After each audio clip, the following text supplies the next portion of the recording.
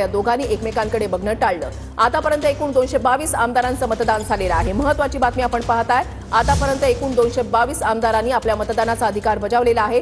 सकाळी 9 वाजता मतदानाला सुरुवात झाली, 3 तास उलटून गेलेले आहेत आणि 222 आमदारांनी आपल्या मतदानाचा अधिकार बजावलाय। संध्याकाळी 4 वाजेपर्यंतची वेळ आहे। शिंदे गटाच्या 30 आमदारांनी मतदान केलेलं आहे। महत्त्वाची बातमी आपण पाहताय। महाविकास आघाडी आणि महायुतीच्या आमदारांकडून आता मतदान जे आहे ते केलं जात आहे।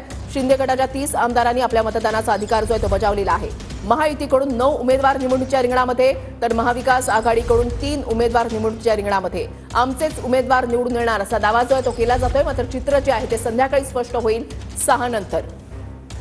शिंदे गटाच्या 30 आमदारांनी आपल्या मतदानाचा अधिकार जो आहे तो बजावलेला आहे। महत्त्वाची बातमी आपण पाहताय। शिंदे गटाचे 2 उमेदवार निवडणुकीच्या रिंगणामध्ये आहेत, त्या म्हणजे भावना गवळी आणि कृपाल तुमाने।